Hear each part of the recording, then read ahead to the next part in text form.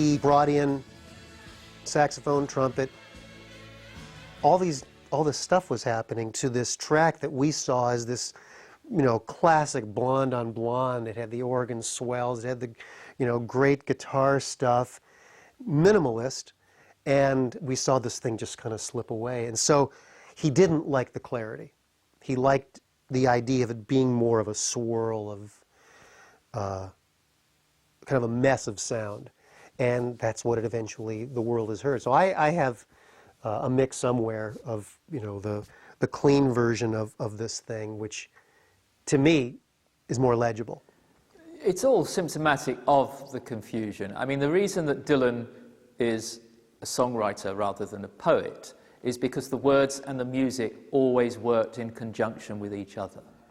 In the 1980s, you've still got some great songs, Brownsville Girl being a very good case in point, but it's as if the music and the words are not working in conjunction. And this comes back to, you know, his own admission about not being able to get the sound in the studio that he wanted, and perhaps not even knowing quite what he wanted.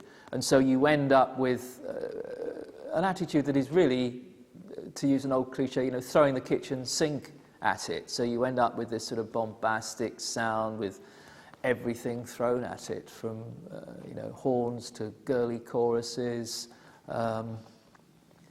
So you know, it is all part of the confusion. You know, it got a little tedious for me, just hearing all that backup hoo-ha that he did for a long, long time. You know, when I reviewed Greatest Hits Volume 3, I counted the number of musicians. There was only, besides Carol and Dennis and a few other women, he used a different musician on every different, they were all on one track. So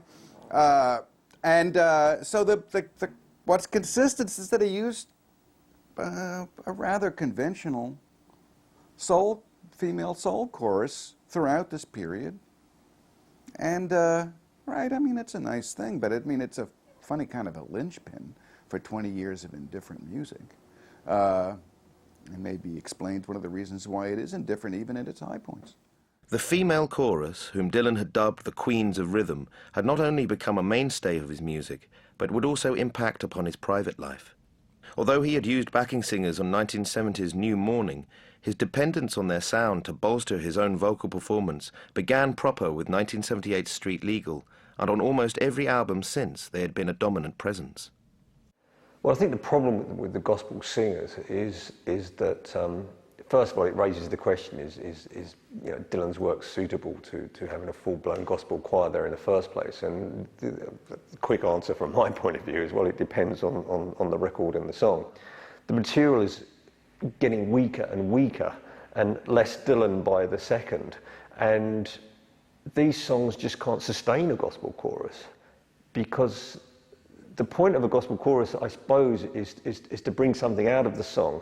What it ends up doing on those records, I think, is showing the inadequacies of the compositions. It actually inflates all the things that you see are wrong with these songs. These songs cannot actually sustain something as powerful as a full gospel. It makes them sound almost parodic, and they are so slight in composition, melodically and lyrically, that when you hear the booming back gospel singers, you know, repeating some trite lyric, it just highlights how trite that lyric is. And you know, it would be better if Dylan had just used a simple acoustic guitar and forgotten about it. The reliance on the female backing singers is very interesting, because I think it's another manifestation of his uncertainty, of his confusion. So it's about hiding. You know, it's so, you know, you cloak some of the songs in a muddy sound, you bury your own voice with these backing vocals. What is also fascinating is that these women, who he liked to call the Queens of Rhythm, played a very significant role in his life that went far beyond their backing vocals. You know, I mean, he had affairs with most of them. He ends up marrying one of them in secret and having a child with her.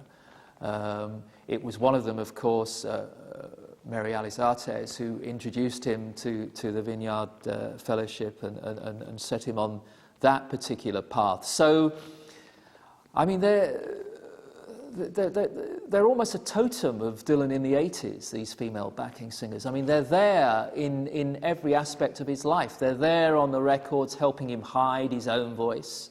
And they're there in his life providing this sort of harem, I suppose, really. And they're involved in his religious conversion. He marries one of them. It's a very strange thing that's going on there. The period that followed the release of Knocked Out Loaded represented what was arguably the nadir of Dylan's professional life, as a succession of limp projects threatened to wreak terminal damage to his credibility. 1987 saw the Dylan acting vehicle, Hearts of Fire, fail to secure a theatrical release in the US, and in Europe critics tore into both his performance and the film itself. A high-concept stadium tour with the Grateful Dead had the potential of bringing both acts back into favour, but instead inspired audiences to run for the exits as the performers struggled through a barely coherent show.